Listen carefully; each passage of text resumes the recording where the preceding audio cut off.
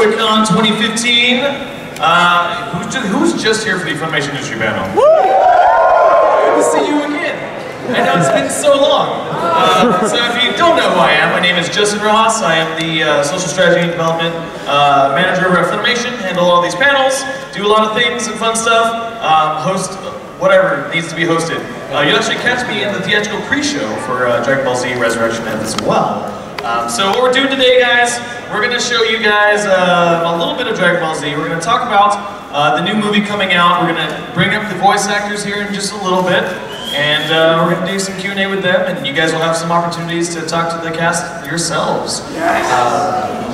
So first up, of course, this is all in anticipation of Dragon Ball Z Resurrection F, coming to theaters August 4th through 12th.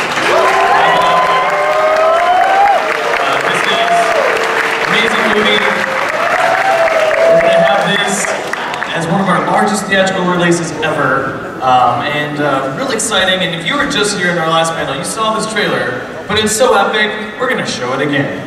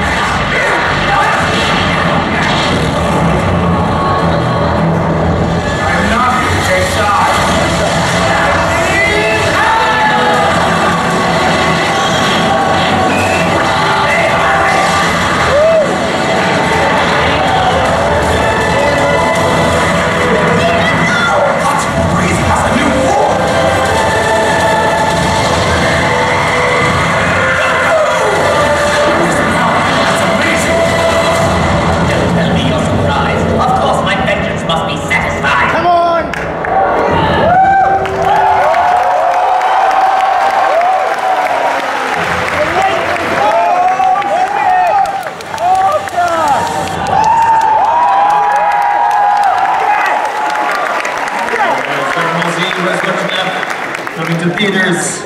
We have a couple other things that are going on around the Dragon Ball Z universe. We do have a new game coming out from our partners over at Bandai Namco. The new 3DS game, Extreme Buddha Dead, which is cool. It's a 2D fighting game for Dragon Ball Z, which that hasn't happened today ever. Maybe a long time, if anything.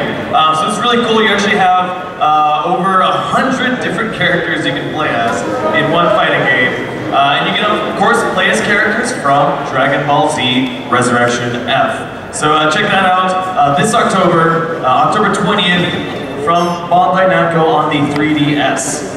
So, talking about this theatrical release, guys, it's different than a standard theatrical. This is actually a theatrical event. What that means is, one, the way it's being released is different, but two, that also meant we had this opportunity to do some cool stuff in theater with you guys.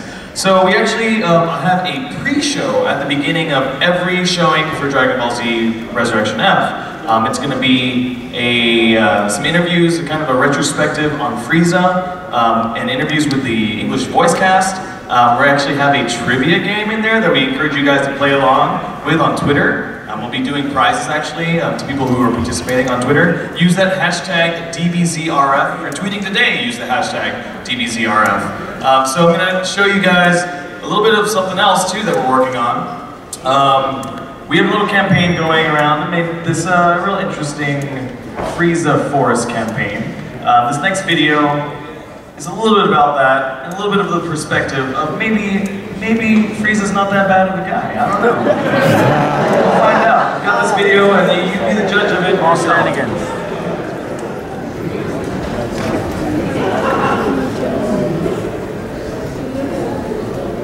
Something goes, depending on what state.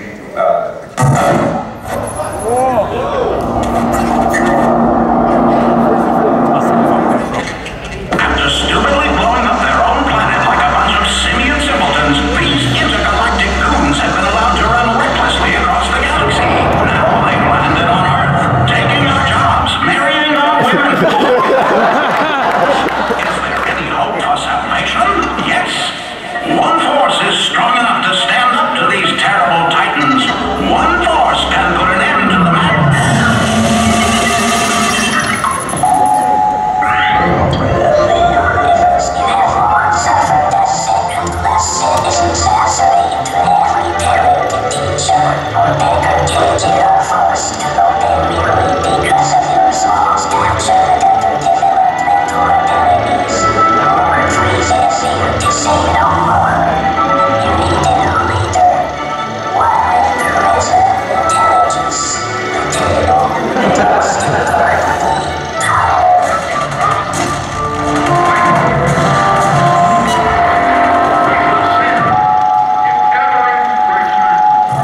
Sightings of aliens known as Saiyans have been reported in locations across the world.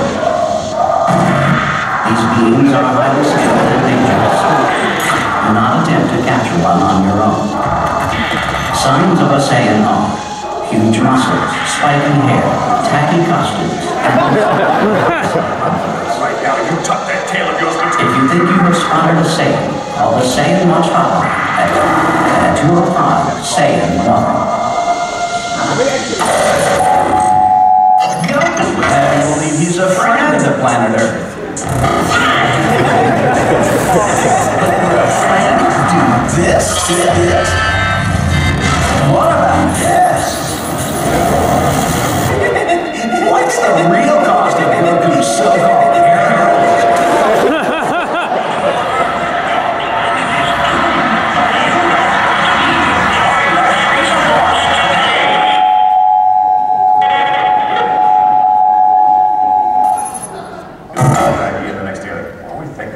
We revisited it and it worked.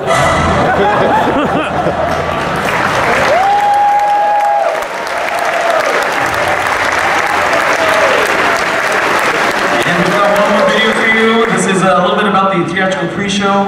Again, I'm telling you a little bit about that with the interviews and the trivia game. This is actually our theatrical trailer number 2 for the release of Dragon Ball Z, and it shows you a little bit what that's going to look like in theaters. Here we go.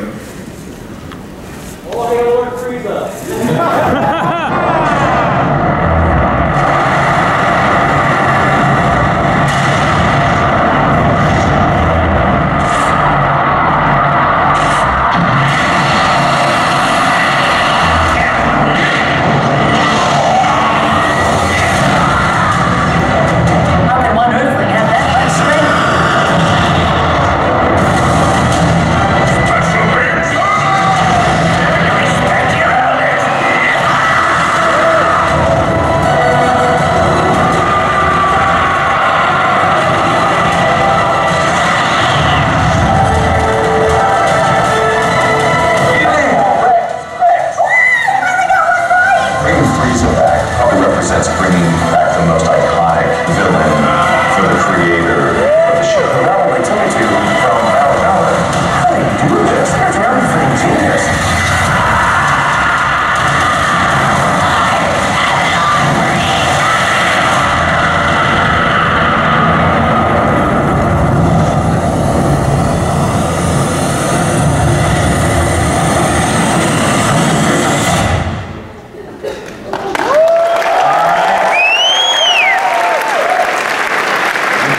guys.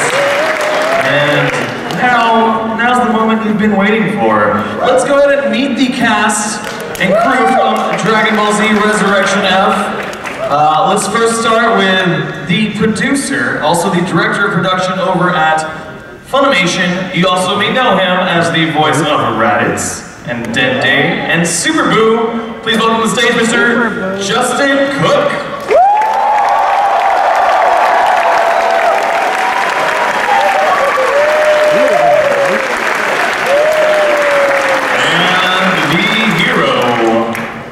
Himself, Mr. Sean Schemmel, the voice of Goku.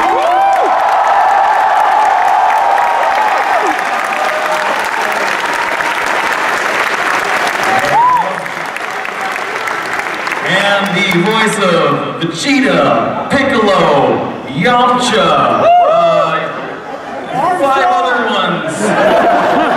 And the ADR director, Mr. Christopher R.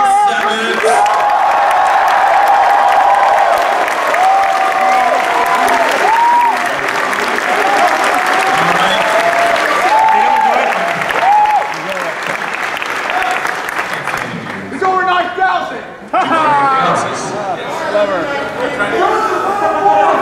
Our final form is these glasses. I can't see any of you right now. We were given these glasses and we decided to wear them, so we look really important right now, don't we? We're trying to be like cool. Sean literally can't see me doing this. I can't. I'm blind. Like everybody's underwater and it's dark. I really don't feel like I can be in the room. You don't have to leave them on. Oh. Oh wow! Whoa, there's a lot of people here. How did you all get in my room? Wow, this is really. There might actually be over 9,000 people in this room. Wow! Oh my God! Thank you for having us, Justin. Thank you. Yes, Justin. You have to specify. We have 2 Justins on the panel. We have Super Saiyan Jesus and Justin. I've been calling him that since like 2002. There you go. Justin rocks the box. Yeah. You ladies know. Yeah. Can I say something for a second? We've done this panel a couple of times now, and it's been an absolute blast. But each time that Justin calls us out here, we get all of this wonderful love and attention from you guys. But what I feel is missing is some of the love and attention maybe for this guy. Oh yeah, he must.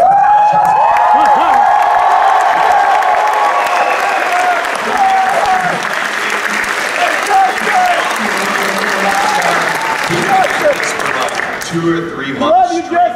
He's never even been home. So I suggest all put one long line and all lick his face.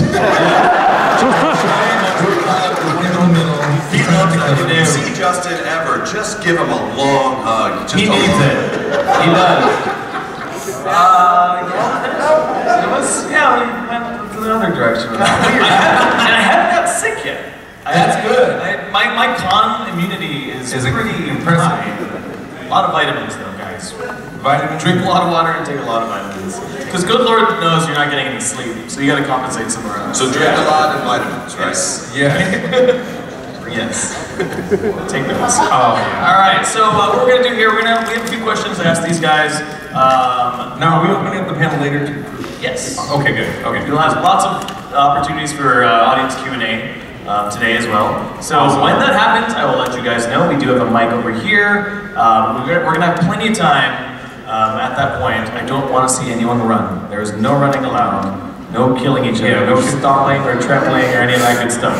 So let's start here with just a couple questions from us. Dragon Ball Z Resurrection F is a lot different from the way we handled Battle of the Gods. The timing is much different. We actually got to even work on the world premiere of Resurrection F, which we did in Hollywood. And we all attended, and it was a really crazy event. What was that experience like for you guys? I think it was absolutely insane. I mean, I don't know if you guys realize, we did a subtitle premiere, and they brought out executives from Toei and Masako Nozawa herself, and I was, they insisted that I ride in a limo with her, and have dinner with her, and go on a date with her. No, they didn't do that. The whole time I was texting him going, are you making out with Goku right now? Yeah. Are you fusing Ha? No, no, she was delightful. Just kiss her, see what she does. See what she does. And we were I think we were shocked because it's unprecedented in dubbing and anime history and animation history that any production company foreign would want to, you know, bring up board the dub actors and the dub producers and cast to help promote a film. So that speaks volumes about you guys, except for these two that are leaving. I'm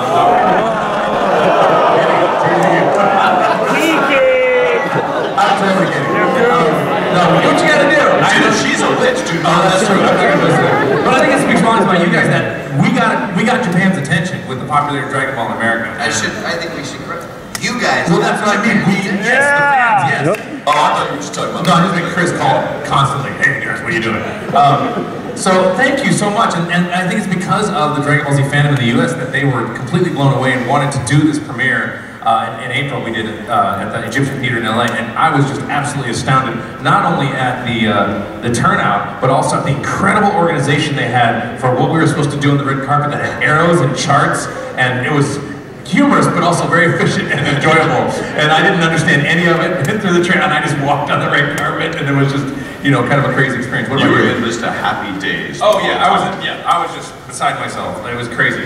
How about you? How's it for you? Well, it's just we have lived the last 15 years under the shadow of the Japanese cast for a long time, because we go to a lot of conventions and people have a lot of love for the Japanese cast of these shows. And it's very interesting to see, to get recognized for the work that we did on this, because we weren't working on a dub of a show, technically. We never got to even reference the Japanese material. A lot of people don't even realize that we never even got to hear the Japanese cast before we started working on this show. Oh, I didn't hear Moscow's work until maybe my third video game, and that was after I finished Z and GT. And we didn't even have all the sound effects and the music that were ultimately going to be on the show. All we had was a silent video and text on a screen and lots of ha's that were really, really long and lots of screaming. And so I didn't even know how they screamed until I finally heard it. And there's definitely different vocalizations that they do. But for us to be validated like that, I think is bucket list career gratifying. You know, it was really truly amazing. And to think that we've gone from not having really any material except for the visual material to look at to when we worked on Resurrection F, actually to get the whole cast together, to rent out a movie theater and watch the entire thing. The whole time I'm watching, you're gonna look at your hair going, man, he's really kind of lovely.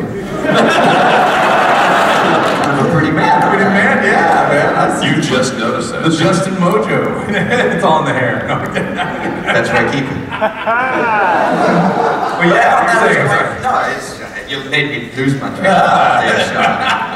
No, but just, it's so incredible though, and it's the same cast members 15 years later, generally speaking. It's really an incredible, loyal group of folks. Well, and also I think we were surprised because we finished Z in 2005 or 6, and then we thought we were done, but then there was a game. And then remember when we thought we were done? Sean and I took a picture of holding the last, it was like the very last episode script, and we were flipping off the camera like, we never have to do this again! Not that we don't love Dragon Ball, but screaming your head off for years. Yeah, it was painful. Painful. It was like a sigh of relief. It's one of those jobs you love where you're like, oh my god, it's like I gotta go work in that mine I love again. Because it's like, that's not even the best analogy, but it's like a job that you love, but it's like a screaming, you're exhausted when you're done. It's extremely tiring. And so we thought that was over, and then it was like, oh, okay, then there's Kai. Oh, there's another game. Oh, there's another game. Oh, they're gonna do Battle Guns. Oh, okay. Oh, we're done with Battle Guns. Oh, we're gonna do another movie, and we're gonna do, it's like Dragon Ball itself has created another kind of crazy, like, explosions of Dragon Ball. They get bigger. Oh, you thought that was big? Here's another one. Oh, you thought that was big? Here's another one. Oh, you thought you were done? Here's another one. I mean, I think I'm gonna make this go. It's very much to Dragon Ball. Yeah. You just do bigger and bigger. Yeah. Next level, Super Saiyan, God, Super Saiyan. Yeah, Super Saiyan sandwich. I mean, it's hot sandwich mode. And and I feel like the art is imitating life, is imitating art, is imitating life. It's just, we're always shocked. I think my girlfriend woke me up, she goes, we got a text from either you or a friend, and they go, do a new series. I go, I don't believe you. And then I got it later, and she said, no, they're doing it. And she showed me a link, and I'm like, oh shit. And I don't love Dragon Ball. I don't know how to do this, but it was really hard to dub this stuff. Yes, it is. It's probably, I would say Dragon Ball Z is, of all the dub work I've done, is absolutely the hardest dub I've ever done. It's the first dub I ever did, hardest one I ever did. Since it's basically been screaming for 15 years. Yeah, and so Nick is a dub job, and they're like, oh, so you okay? A little screaming? It's gonna be a long session, like 4 hours. I'm like, yeah, over 100 times normal gravity, which is Dragon Ball Z vocally. So I'm okay. So I scoff at those jobs. So yeah, it was amazing. I hope we answered your question. And oh yeah, we answered. And we're too excited, and we're tangentializing because there's so many of you here. It's very, very exciting. Thank you.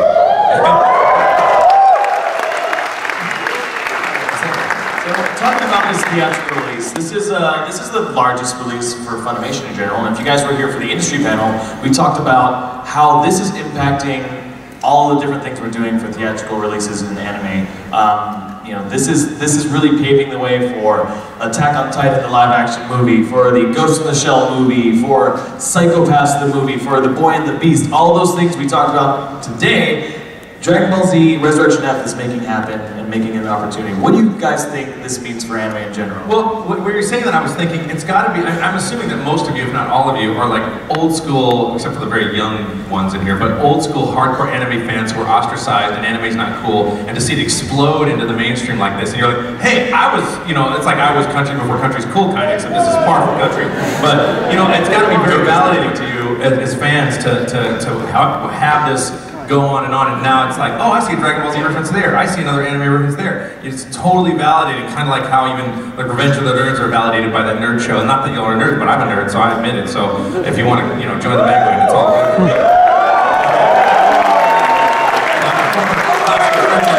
Much nerdier than that. So you know, it's got to be just exciting and validating for you guys, and it's validating for us that you guys are here. It's just a giant love fest here. I think my head's gonna explode. I'm too excited. I'm talking as fast as Adam Sheehan. It's crazy. So, did I answer the question? Sorry. Sure. And you guys want to add to that? Sorry. Sorry. Jeez. All right. Cheese. That's what this is about. Cheese.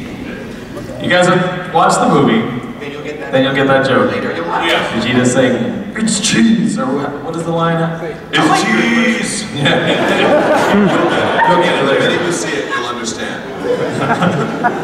So this movie, with Frieza's revival, marks the first time that a villain has been brought back to life with the Dragon Balls. What other villain would you guys want to see, big or small, within the Dragon Ball universe to be wished back? Of course, not Frieza. Resurrection R, baby. His power is slightly lower. He's somewhat scary. Every 5 minutes short. Yamcha finally wins a fight.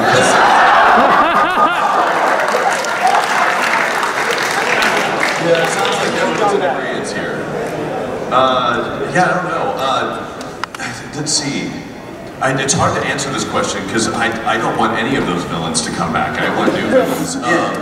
But to be fair, though, I think Frieza's the only villain that could really come back, as Frieza is ultimately the antithesis to Goku. Oh, yeah. All the other ones are kind of boring. Well, it makes no sense bring I back want Vegeta to come back. He's like, screw this, I don't want to be nice anymore.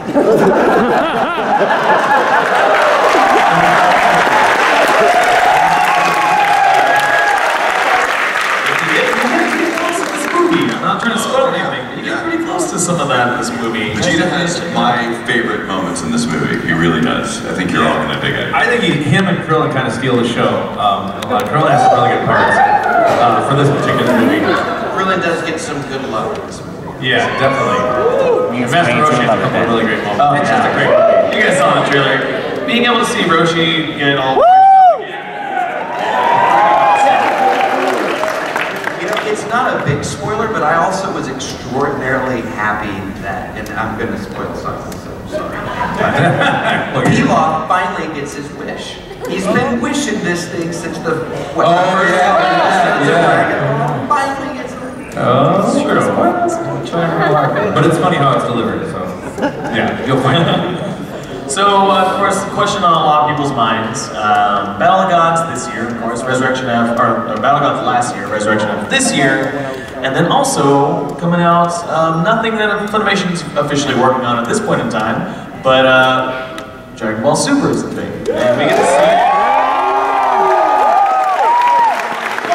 We really have no idea where this is going to go with Toriyama, being back on board and kind of creating this original story. A couple episodes have been aired in Japan, and just want to know what you guys think, or where would you like Toriyama to take the series? We were actually just kind of talking about this in a press conference earlier, and it kind of leads, the last question sort of leads into this one. Of course, we'd like to see, the future of these Super Saiyan God powers. We would also, I would like to see, I would like to see some female Super Saiyans, right?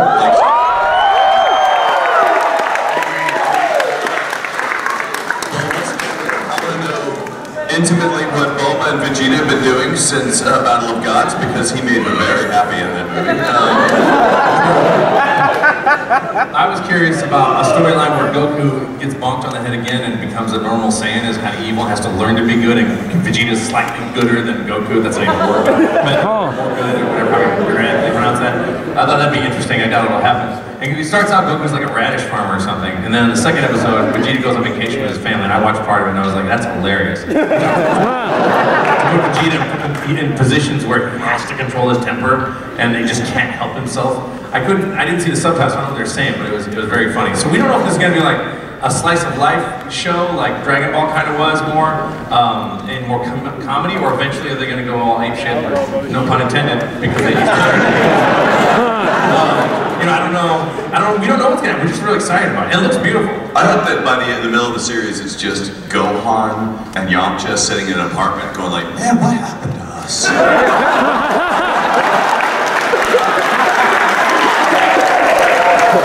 maybe he'll finally get a good father. I don't know. Instead of just ditching his kid in the woods with a green guy and running off and leaving his wife behind. In some defense, he was dead. True. That's true. He was dead. I always imagine that the series would end with just Gohan having to face death for the first time, because he's lived with Dragon Balls his entire life. He wore one as a hat. He's always had that. He's always been able to wish people back to life. But at the end, finally he can't use them, and Vidal's died, and he keeps bringing her back over and over again, and finally people go, dude, you can't do that anymore. He finally has to let Vidal die. This is a positive thing, isn't it? I like this show. What if they did, well, they did show this. I was thinking in between to where they die, and why is death so horrible? You can just get wished back. Horrible experience or torture they go through as they're dying before they get the big guy. I keep forgetting the names of King. Thank you. That would be weird to see that crazy experience. It would explain why death would be so horrible in the Dragon Ball Z universe, because it doesn't seem to be. Oh, we're dead. Oh, we'll just wish him back. It's okay. It's all right. But it's fine, Dragon Ball. It's also interesting that you kind of go over that a little bit in this movie as well. That when you die on Earth, you go to Earth's hell. Right. Depending on which planet you're dying on, I guess there's different afterlives. True. So I don't. Does that mean that when Planet Vegeta's blown up, that they're all Vegeta's hell is gone? And why hasn't anybody wished Planet Vegeta back? Maybe Vegeta will do that. That's a really good idea. Characters are from have been blown up. Yeah. Just the fact that you force Yamcha indicates the Earth's going to get Voice Vegeta, Planet Gone, Voice Piccolo, Planet Gone. Come on. So, speaking of that, no spoilers. All right, so we do have time to do some audience Q&A, but before we do that, I'll let you guys know exactly what's going on in the rest of this panel. So we're going to open up to audience Q&A here in just a little bit. We do have a sneak peek from the movie that we're going to show after the Q&A. You're going to love it. So it's a really good scene. And then tomorrow, we've got Resurrection F, the success I believe it needs to be. You need to see it over and over so it will make more money than Dragon Ball Evolution. And that would be vindicated.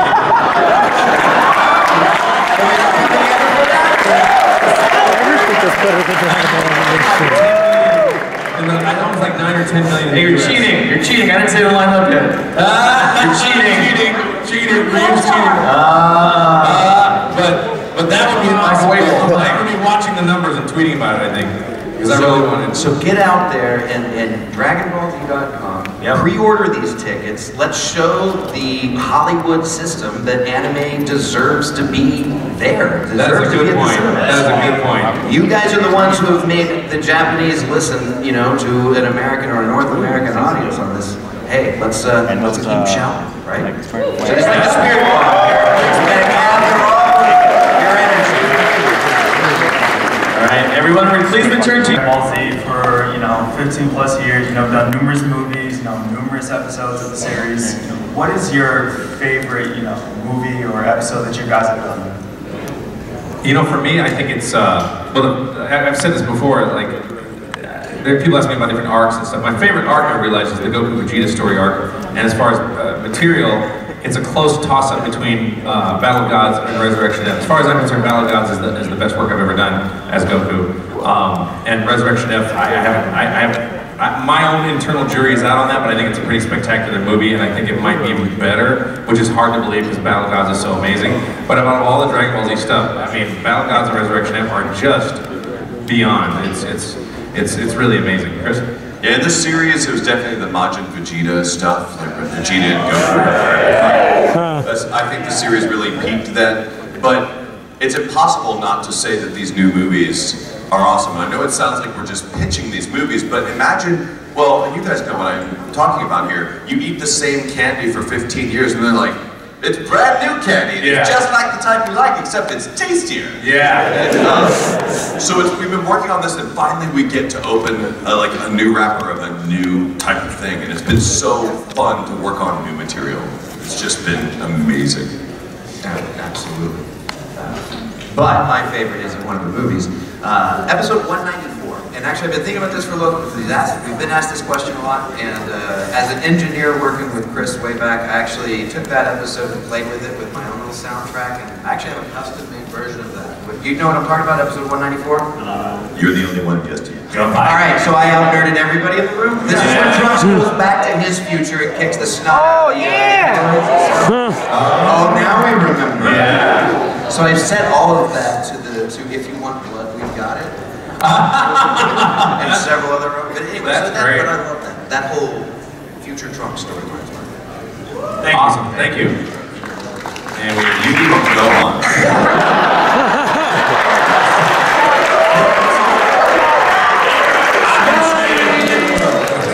Fighting Cell takes a lot out of you. Yeah, right. That would happen to me. First, I want to say, you guys are easily my two favorite voice actors ever. Thank you. And whenever I was a kid and I watched Dragon Ball Z on the computer or the show, and I'd like see a different dub or something different, I'd be like, that's not Goku, that's not Vegeta. And then I find that and be like, there we go. Yeah. First, I want to ask you two. What was your favorite Super Saiyan transformation or transformation like scenes or? Are you asking me? Oh. Well, the only Super Saiyans up here. oh yeah.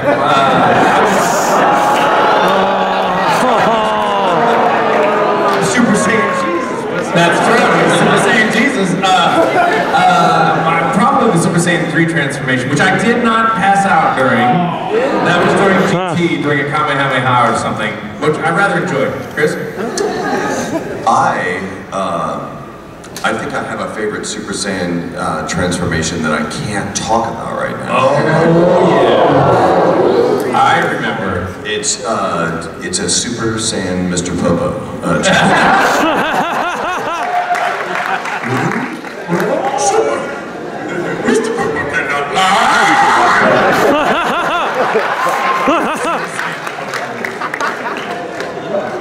Thank you.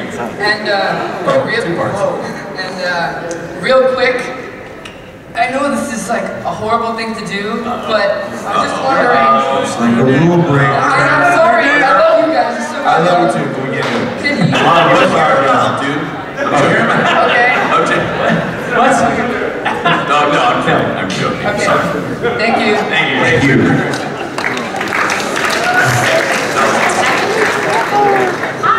Hi.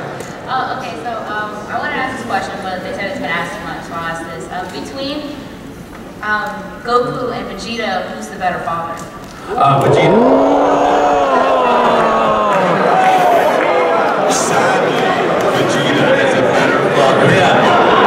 I mean, once was Vegeta smacked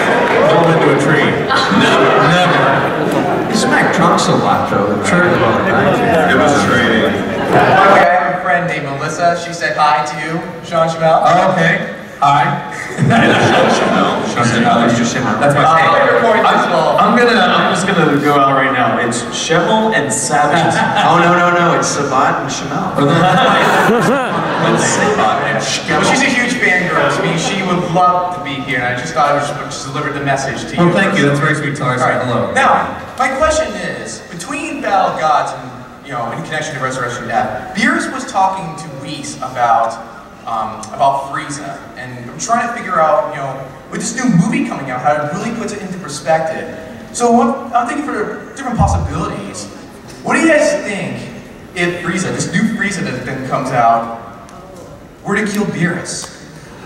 And then on top of that, takes place and becomes the new god of destruction. I think that once you see the movie, with respect to you in the question, that will kind of be moot. However, there is something else in the movie that's touched on involving Beerus, and I honestly thought you were going to bring that up. There is another element. I don't know if you guys remember in Battle of Gods, at the very beginning, Beerus and Frieza are talking, and it seems like Beerus knew who Frieza was. Oh, sorry, Beerus and Whis are talking, and you discover that Beerus and Whis have known about Frieza all along, actually. Right, so what's the connection between them? You will find out in Resurrection F. Sorry, I don't want to spoil it for everybody. That's what I thought you were getting at. But something far more interesting than what you're saying is going on. And the question to that is clearly delineated in an interaction between Frieza and Beerus in the movie, but I'm not going to say anymore. But you'll understand what the answer is at that point. You know what you should do? You should go to DragonBallZ.com. He is a producer, so he's like, yeah! But I was just saying, if that were to happen, it would be totally insane. Yeah. It would be totally insane. It would be totally insane. I mean, it would be awesome. It would be because we know what happens. Absolutely insane. Thanks. I'm not even going to dignify you with smacking you around. At least, hey, they spent a whole year in the time chamber together. Oh yeah, they spent an entire year non-stop. Doesn't Dragon Ball Z begin with Goku ignoring his son and his son going down the river and off a waterfall? Totally. Figure it out, right? And when you think about it, Goku spends a year with him, but it's only a day, so Goku's like, oh wow, a whole year of father and I eat in a day. Intentionally bad father. And the thing is, he didn't even think about that. He was like, we could train for an entire year and only be a day go by. Yes. Now I could spend an entire year more with my son before I die again. He's not a good dad. I love when he shows up again and he still ignores his son. Like everyone's like, hey, it's Goku's back. He's like, hey, what's up, son? And then he gets back from the battle, he's like, they're back, you're back, Goku, bye, I gotta go train you, see ya! He just got back. That's his real son. Probably. See? There you go. Goku's really not even a good friend. Have you seen the Super Episode 3 when King Kai gives him flack? Goku doesn't even remember he's the one that killed Gregory and King Kai. Did you guys know that Sean's the voice of King Kai? Cynthia Grants, who plays Chi-Chi, the other day I was with her on a panel, she goes, I didn't know all these usually played King Kai. And I was like, yes. I think it's funny when people don't know because it means I'm doing my job right. But thank you. Thank you. You mentioned stuff like how you live on the shadow of the Japanese cast, and how Dragon Ball Z was like your first dubbing job and all that. And it was over the past year I've been watching through Z in both versions, and so that's why I have to ask an honest question.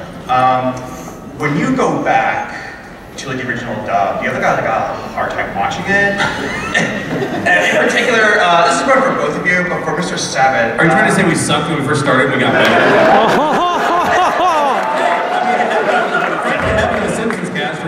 If you watch early Simpsons, it's rough. I know, but they're all amazing now, but it was rough. I mean, I know this is more for question for both of you, but for Mr. Sabat in particular. Oh yeah. He has a good explanation for this. Oh, I know. Okay, what was it like doing the Caplo's food line? Oh yeah, well, I'm gonna tell you guys something. That line wasn't in the script. I made up that line, and I did that line myself. So So do you guys remember Cats Love Food? Yeah, yeah, yeah. It fit into the mouth movements and it just was too good to pass up. Honestly, I don't think that's the worst line. The worst line ever delivered by me in anything ever was when Piccolo finally returns and comes back to the lake and goes, yes, yes, yes, yes, I can do this. I feel great, yes.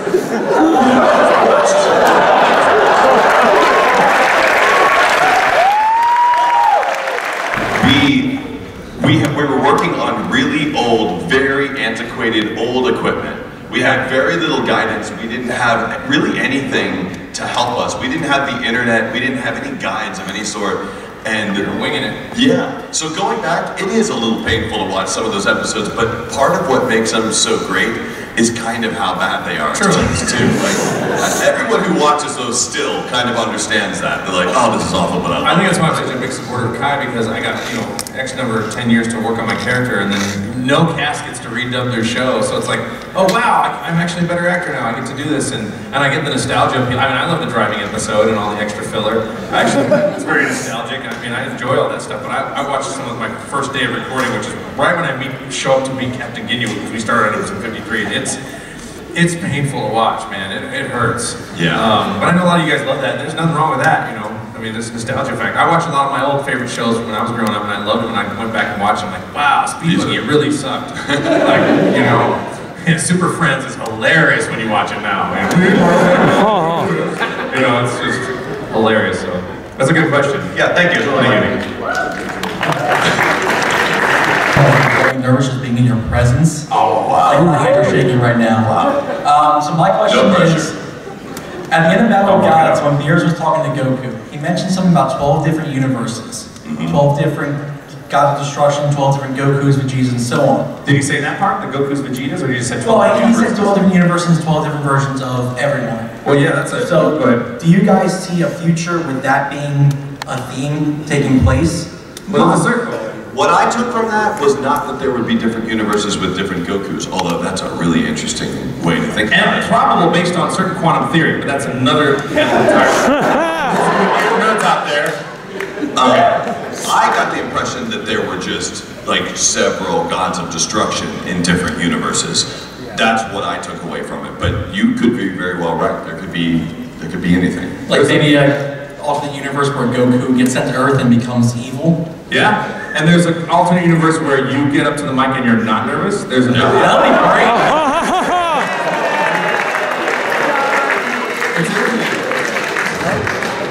So, who knows which universe, which number universe that Beerus is the god of destruction for? 7. In a show like Dragon Ball Z, of course it's 7. Everything is. Cool, thank you. And can I just come up and shake your hands real quick? No, I can't do it. I can't. If you do it, then I have to let everybody do it. And like, sorry. We give out one piece of candy, then Boo's got to give out one piece of candy to everyone, and turn down the candy. Then let me at least do this. I am not worthy. Thank you. No, you're worthy. Thank you. I'll shake Sean's hand for you.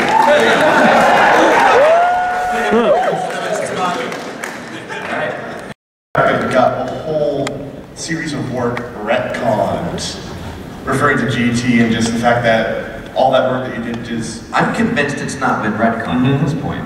I've never even heard that. I really thought it was not going to be canon anymore, but they haven't. But as these are progressing, we're still not sure whether they're going to wipe it out. I think that's all there are elements from GT that are in Super, maybe? No, what's the reason? Well, I mean, okay, so for those of you who've seen the first episode of Super, it actually doesn't even take place at the end of Dragon Ball Z, right? Because at the end of Dragon Ball Z, Boo leaves with Goku. Right. Yeah, on the train, right? This is before that. Oh. Yeah.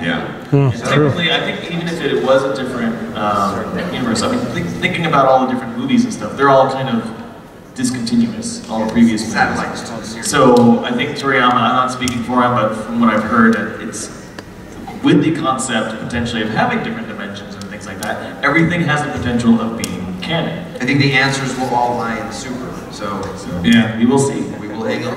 And hey, it was work that we did and that people liked, and nothing to regret there. It's better than Evolution, so...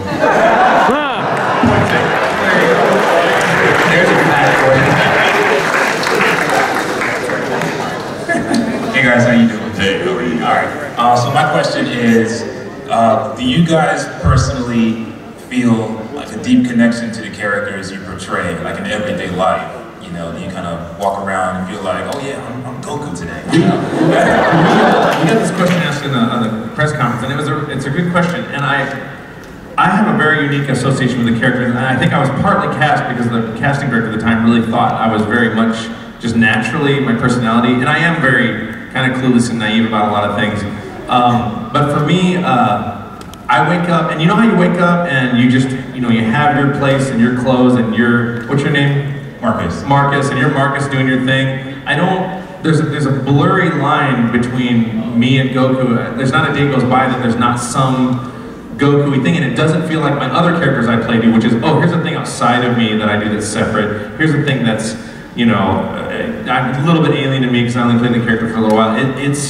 It's so I wake up and I don't feel I feel like me, which is, I feel like what feels like to be Goku. I mean, I don't understand where the end begins. It's like a snake eating its own tail. It's very confusing for me because I wake up and I just feel that way all the time. And my girlfriend is backstage. She hears me Goku out sometimes, either goofily or when I'm angry or yelling. And then my dog, who doesn't tolerate any heightened emotions, will immediately lick me over and calm down. So I don't get to go sit in the house anymore. It's a separate character than any other character I play. It's actually not my favorite character to play, but I'm also not the biggest fan of myself, so it kind of works that way. I'm trying to describe this in ways you can understand, because I want you to understand it, because it's actually a good question that I really like. Not that the other ones weren't, but it feels as comfortable as I don't like to say I Goku. I try to divorce myself from the character just so I can have a self, but then when I realize when I do that, I don't feel any different, so I might as well just be Goku. I don't know, Chris has known me for so long, and he's kind of like my friend, I go to therapy, but I have a friend psychologist who will go, oh yeah, I've heard this about you, Sean, and I go, oh yeah, you're right, wow, Chris, thanks for that. What do you think? Well, the thing about Sean is Sean is irreplaceable as Goku because Sean, to me, is Goku in so many ways. And it's not just because he's naive about stuff. He's insanely, almost idiot savant talented at doing this work.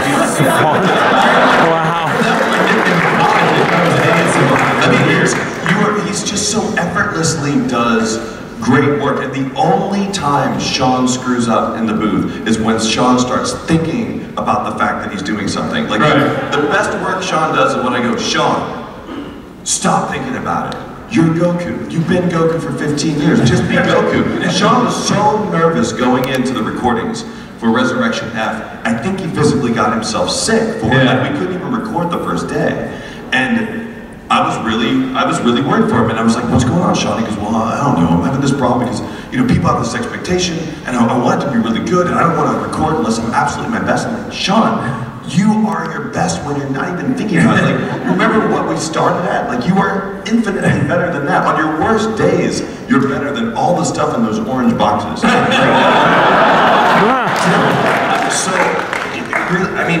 I do think Sean is more Goku to me than Goku is. Or maybe than I am Sean. I don't know. It's strange. It's a really strange question. Who are you?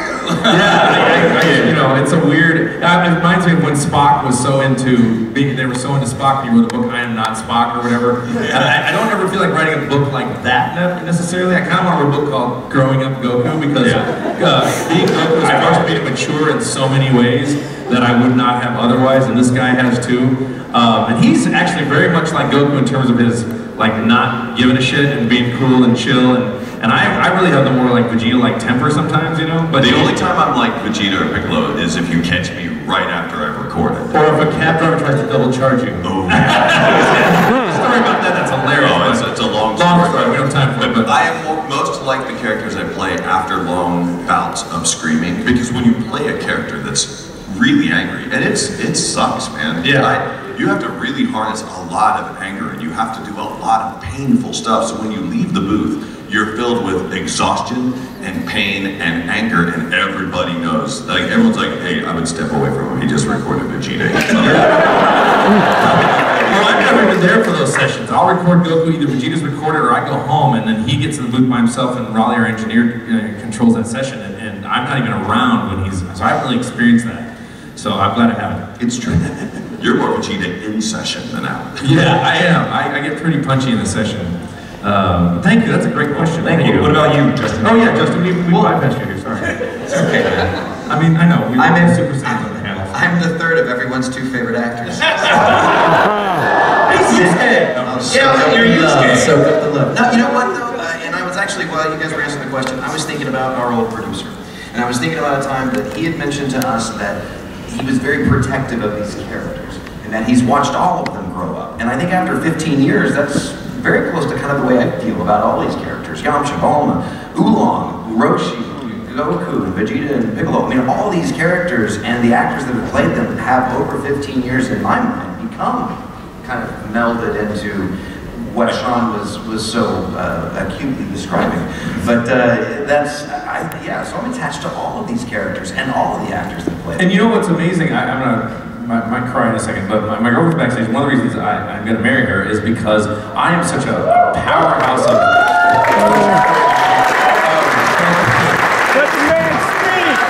And oddly enough, she does in the face look a bit like Chi-Chi. It's kind of surprising. And that was but which surprised me. Her name's Bree, and I'm like, should I call you Bree? I don't know. And what's amazing about her, she's kind of a real chill energy, and no matter how big I get and how much, she's like, and this is a compliment, like a black hole to my incredible amount of energy that I'm pouring out all the time, and every girl I ever dated could never handle that. She's just like a black hole sucks in light. She's like, no problem, okay. She could just handle me, and it was a big relief to meet her, and I wouldn't have her in my life if it weren't for Akira Toriyama and the path we've been down on Dragon Ball Z. So let's hear from my girl.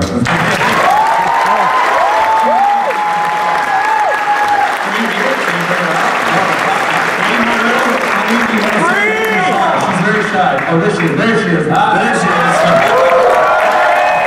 Congratulations. And thank you. She's stupid good at video games. Yeah. She can get through like a Mario level flawlessly and beat everybody. It's crazy. So. You got a challenger. Okay, well, thank you. Thanks a lot, guys. Thank you. We got.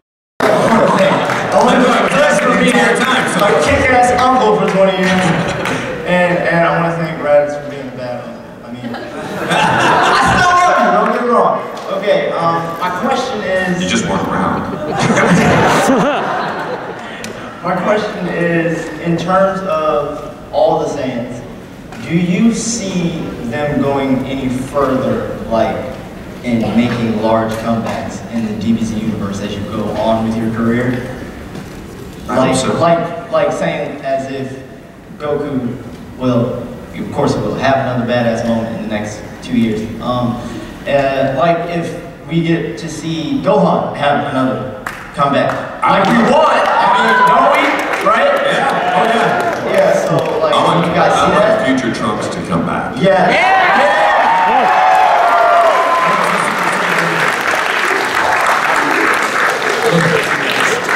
Super Saiyan God, future Trunks would be amazing. What I really want to see is, I want to see King Vegeta and Bardock come back and see their sons as Super Saiyan gods. I'm still not proud of you. And I have one thing to say about Goku versus Superman, and that is I wasn't going to say that because he said don't ask that question. I wasn't. All I have one thing to say is that's Super Saiyan God, Super Saiyan.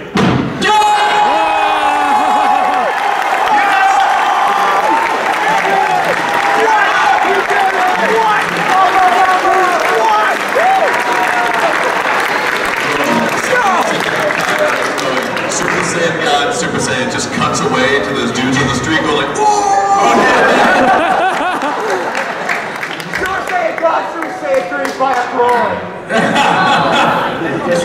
Something about Super Saiyan God, Super Saiyan 3, Bio Broly. Yeah. I thought it was Thank you. Let's make these questions last. Thank you. Primarily Sean. We all know that Resurrection of F is going to come out in Resurrection F. Resurrection of F. Your new movie. We all know that's going to come out on home video eventually later on next year. would it be possible to add outtakes similar to the Berserk movies that Sean did? Oh yeah, we did a lot of, interesting thing about the Berserk movies, I think Michael Cindric was the studio, and I was the art director there, was the first one to do outtakes. And a lot of times we got messages from the Japanese clients that they do not like outtakes. Some do, some don't, but in general, we had to get permission. And that would be something that Funimation, if they wanted to do outtakes, would probably have to get permission from Toei to see if that's something they're okay with. I can tell you that there are hours and hours of outtakes going back to 1999 that are hysterical. And there was a moment that our lead engineer, who's no longer with Funimation, was called into our producer's office and he said, "Give me the tape, give me the one with the outtakes." And he handed it to him. "Is this the only copy?" And he said, "Yes," and he was lying. So, is that the only copy? Is there another copy? I've been asking him for it for a while, and he can't seem to find it. Oh. And quite frankly, it wouldn't be surprising if he actually gave the only copy. Oh my God! I thought there'd be another. But there are some things that are out there, but with Resurrection F, look, these guys were on such a bullet to get this thing recorded. Yeah. I mean, they literally did it in a matter of weeks. I don't know that there's many outtakes. I think I said one or two. I think there may be one or two there. Yeah, there's some jokes in there. We'll have to dig them up somewhere. The good news is the movie itself has enough funny moments to where it wouldn't even, the outtakes wouldn't even eclipse it. It's just a really good movie. Thanks, man. Thank you. Hey guys here. Thank you. Oh, I'm gonna do this. Everybody in line, is this a huge honor for you to be here? Anybody thank these guys for their work? Okay. Not everyone doing it? Okay. We have no more time, so let's just move through these questions. As for my question, during the dubbing process of Battle of Gods, as much fun as you guys must have had dubbing that movie, this question mainly goes to Chris. What was it like when you, during the recording of Vegeta's Bingo dance song? Oh no! It's a great honor to answer that question. It was just so out of nowhere and completely out of his character too. I was terrified. Like before I actually saw the animation, people were coming up and telling me, "Hey man, Vegeta's has to sing in this movie." And I was utterly terrified because it just didn't sound like something Vegeta would do.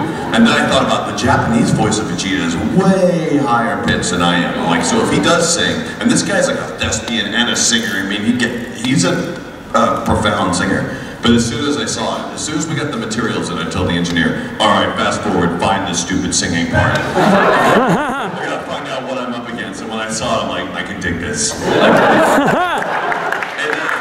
The concept for Vegeta singing that bingo song was like, I imagine that he probably didn't spend a lot of time ever singing. Like, that's probably the last thing Vegeta ever did. Like, he would not do it. So I thought he'd be pretty bad at it, and so hopefully I achieved that. I heard that was the best scene of the entire movie. No, I appreciate that. Thanks.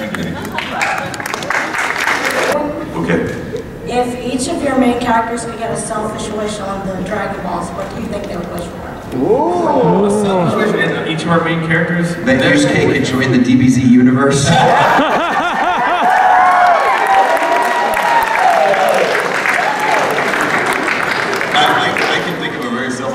All of Goku's things are very selfish. True. I just want to be strong. Yeah, I just want to fight the strongest person ever.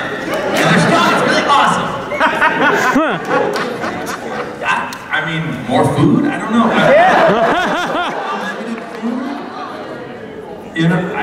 Goku might not wish for anything because in Battle of Gods, he was like really bent out of shape that he did not earn the god power on his own when he used Crying the Beerus. So those of you who haven't seen the movie, I just ruined it for you, but you should have seen it.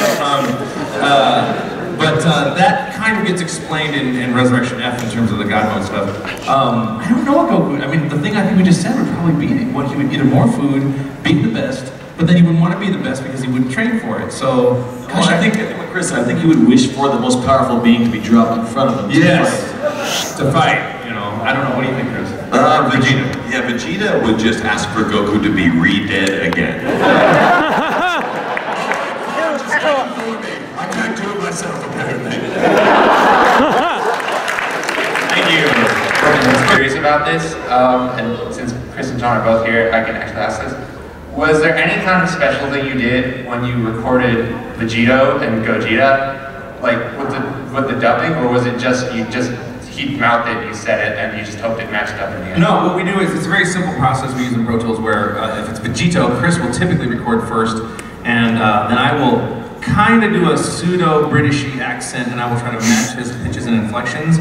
So I'll hear it, copy it, kind of like him, but not quite, because it needs to be Goku-y. We try to do the timing as close as possible. And then that gets slid under 2 tracks, and then use a program called Vocaline to align that, and then that gets lined up to the mouth flaps. And then for Gogeta, I record everything first, and then he has to copy it. His only complaint is that Goku's so peak and valley, his pitch range is so wide, that Chris has complained to me that, geez, this is just crazy, how do you do this? Like, yeah, when I have to copy after his voice, I typically, I feel like I'm Yamcha with a head cold or something.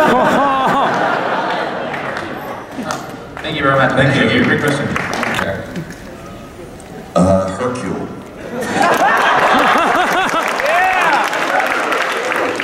In general, I'm a pretty big Piccolo fan, but I am a big Bubbles fan. Gregory, I love, because he does the voice of Bubbles, and it's hilarious to me. So, and it just sounds, the way he woos is so funny to me.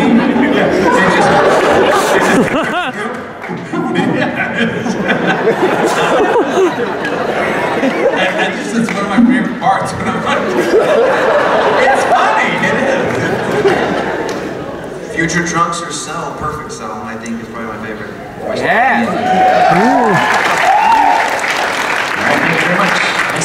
Hi!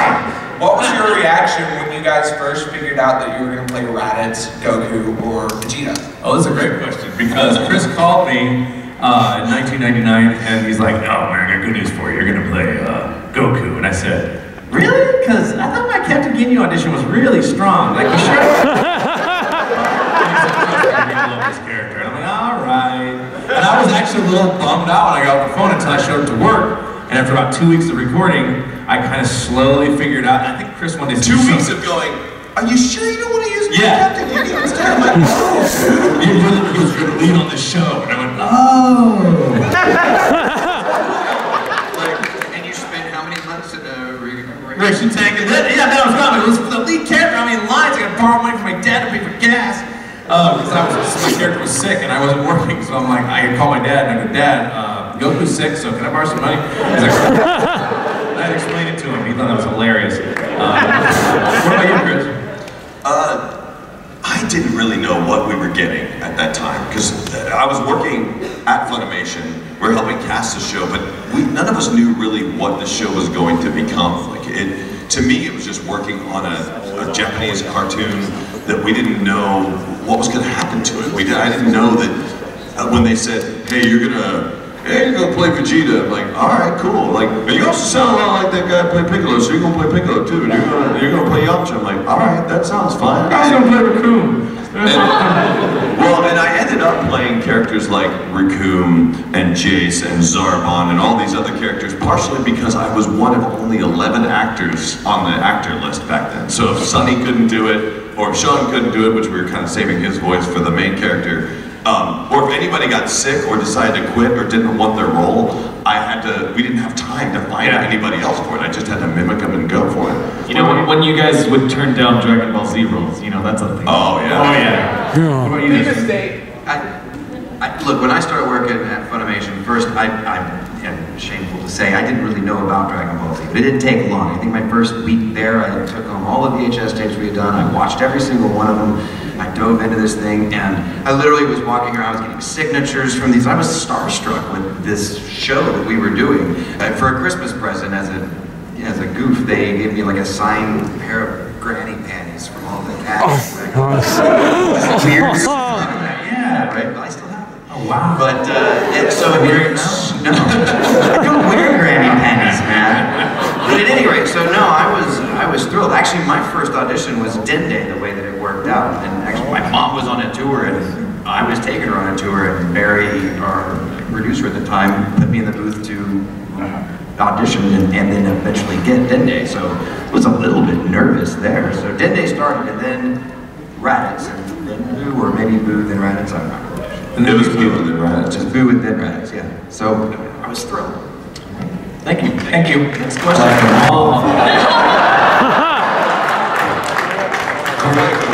And Bulma.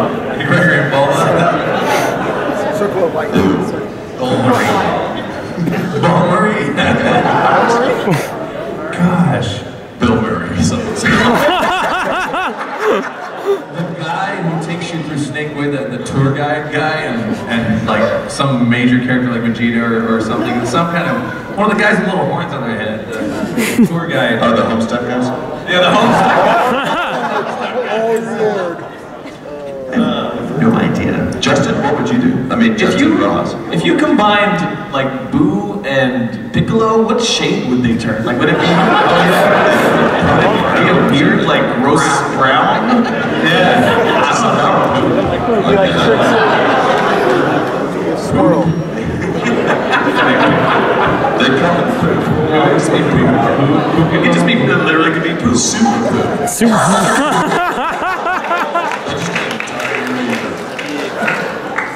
Thank you. More comedic material from Battle of the Gods that was mentioned. Is there a different perspective that you needed to bring to the two movies? I get the feeling just because it's Frieza, this is probably going to be a little more serious. It is a little more serious. I don't know that we had to bring a different perspective. I do remember there's a part where I wanted to tweak the voice just a little bit. I don't want to explain too much because I wanted to bring the perspective of God mode in a different way, but it ended up not really being that much different. And I think that I was kind of curious as to what they were going to do with Frieza because I thought Frieza was dead. Trunks slicing him up, blowing him away. I'm like, wait a second. We had a discussion. I'm like, is Frieza? Wait, I thought Frieza was actually like done. But then we realized that there's Dragon Balls, hence the title of the show. So Sean just realized there's Dragon Balls. Yeah. Which is why Goku's never whispered. You should probably watch Resurrection F and then ask that question because Resurrection F is very, very serious, but there's something about it that is very lighthearted too that you're going to really appreciate. And I don't really want to spoil anything, but you'll understand what I mean after you see it. There's something. It's very intense and also strangely lighthearted at the same time. At least one element of it. Yeah. They certainly feel like you were mentioning, they could be a double feature, and it would play very well. Yeah. I think I might do that. I can see that happening 10 years from now. Battle of Gods. It was definitely different for people like Tien Shinhan, and it was definitely different for people like Krillin and people who were just there for comic relief the first time, who were really fighting their butts off in this movie. Yeah. So. Everybody has their moment in this movie. It's Almost. great. Almost. Everybody. Memorize. Yes. Are correct. All right. Great.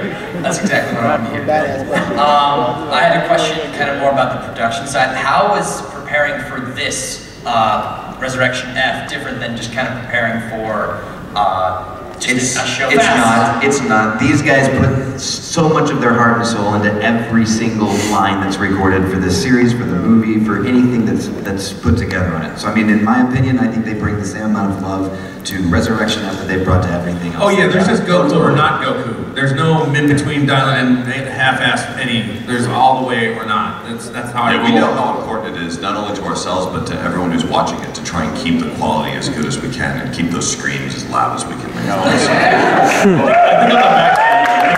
The biggest difference for Resurrection F is the timing. This one, we worked so fast after it came out in Japan that we're so close to the release. That would be a big production difference, yeah. And it was hard in some ways because, at least from the marketing standpoint, I'll tell you what. But even the fighting in this is extremely accurate. There's a lot of martial arts in it and very, very specific moves, and I think you'll appreciate that. So it took us a little longer than just like that kind of stuff. It was all very deliberate. Well, thank you. I love you guys. Thank you. You're Bulma! You could have a serious, long chit-chat with any DBZ villain to talk about their actions, why they're wrong, who would be in line. So chat about any DBZ villain and why they are wrong? What they did was wrong. What they did was wrong? Like Garland Jr. Like, why did you even exist?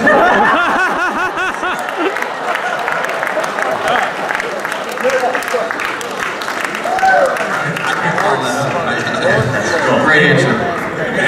All right, next question. Sorry, I didn't have it. Thank you. Frieza, why? Because I wanted to! So I just want to know, what is is it about Saiyans to make them the best bachelors on Earth? I mean, they're attracting the greatest women on the planet. Does that mean Raditz would have been like, you know, Playboy Mansion? They have massive amounts of testosterone or something. I don't know. It's the hair, I guess. The hair, yeah. I mean, they're all like extremely chiseled butts. I don't know, I think Krillin did pretty well for himself. Yeah.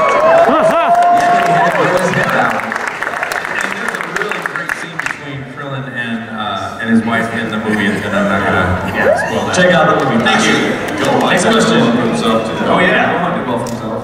Hey, what's up, guys? My name is Jay, and thank you guys for making my whole career with art and anime. I love it. Thank you, man. Thank you, John. Thank you, Chris. Thank you, Justin. Thank you. All right, my question is that, no spoilers, but the character tournament had the ending of the movie to go one way, and it didn't necessarily. I want to know, how do you guys feel about the ending of Resurrection of F? I mean, Resurrection of F. I didn't understand the first part of the question. You said went one way then another. Did you read something? I think he's just trying to hint at something complicated in the plot that he doesn't want to spoil. I thought it was incredible. Yeah. I thought it was absolutely incredible. Yeah, don't reveal any spoilers. I don't think we should do that. We should. Yeah. All right. It's great. Let's go. We gotta. I wish Bulma hadn't died.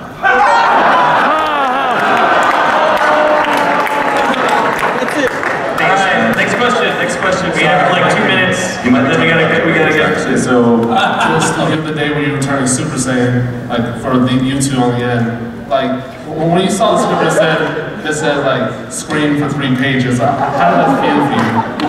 Like, you know, for me, well, the first time I had to do that, are you talking about your Super Saiyan? Yeah, I mean, like was it just general, like having to yell for like 3 pages of script? Yeah, and we got a lot of weird direction like that early on. I remember one of the directions I did not like. Our producer said, "Well, it's like a car." I go, doing that. I think I did it maybe a couple times, and I didn't like it. I did have weird ideas about that. I could make every single fight react different at the beginning of the series, and not realizing that there are 8 million fight reacts in the series, and that I could scream as long as they could scream, because if Goku could hold it, I could hold it long. So I would try to hold the scream as long as I possibly could. And I considered it like a fun challenge, like, you know, like holding your breath or something, but the opposite. So yeah, sometimes it's successful, sometimes it passed out, but, you know, it's painful and it has its own, the fun part about it is when you watch it back and you're like, wow, man, I'm cool. Thank you. Let's have it. That's fine. Coming to a day, you know that you're going to be you're going to be the one making talking. How does that mindset come in and see a script? You're like, well, I'm the one talking for 50% of the episode. You mean the Garlic Jr. Saga? Yes. Yeah. How do you get mentally prepared for that? I mean, I don't know. Once you're in it, that's what we're kind of good at. Like, but to make it easier, a short answer to your question is like for the most part, I do all of one character first. It starts with Yamcha because he's the easiest one because he's lame, and then I do Vegeta next because he completely destroys my voice, and then Piccolo after that because my voice is already wrecked anyway. Was like, I just want to show how much I hate this character. I mean, it's hard. Wait till you see Resurrection F, guys. There's even a line in the movie, and when I saw it with all the Japanese in the auditorium, it made me go, "Oh, come on!" There's a line where, like, Yamcha's literally called out to be a huge loser in this movie. Check it out, guys. Get those tickets pre-ordered right now for the theatrical screening, August 4th through 12th. All right, next question. Hey, what's up, you guys? Oh, was I not right? Was I not right? I think you're right. You called it. Nailed it. Anime has changed since you guys first started, you know, versus today. If Dragon Ball Z came back, you think it'd be able to compete with like Naruto, Bleach, and One Piece? It is back. It is competing. Let's go to drop of mic moments. All right. No, probably not. Cool. All right. Last question. Two more. Oh, thank you for letting me in. Let's go. Oh, do you guys play the DBZ video games? I forgot to get my copy of Xenoverse before when I went to Texas to record. Recently I was recording in Texas and I forgot. You have a copy of Xenoverse for me. It's waiting for it. And I refuse to pay for it until I get a free copy. No, I'm kidding. I bought it. I actually bought it. You should buy it. Oh, good. Good for you. I need to play that game. Thank you. Last one here. We gotta get. And by the way, my character is like literally all black from head to toe, like black, like pitch black, everything. He's a walking shadow. Yeah. Wow, that's cool. I like it. I don't play it. Hey, what's going on? I don't know if I ever missed the episode. Did they ever explain where Ginsu beans came from? Sensu beans? Sensu! Ginsu beans.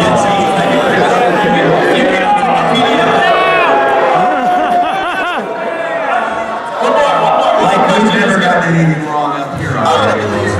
I want to believe that Koro secretly takes them out of his kitty litter. Alright, we'll have one more question go through. Let's go. Next one. Sorry. Could you ever see Goku becoming evil in like a special OVA or something? Yeah, I mentioned that. Like, what if in Dragon Ball Super, you know, Goku gets bonked on the head, he's good, he gets hit on the head, or through some magic means they just restore him to his normal Saiyanness, and he has to learn to be good from Vegeta. Because and now Vegeta's actually nicer than Goku. I think that would be a very interesting storyline. Or he just goes, no, this is what I've been saying all along!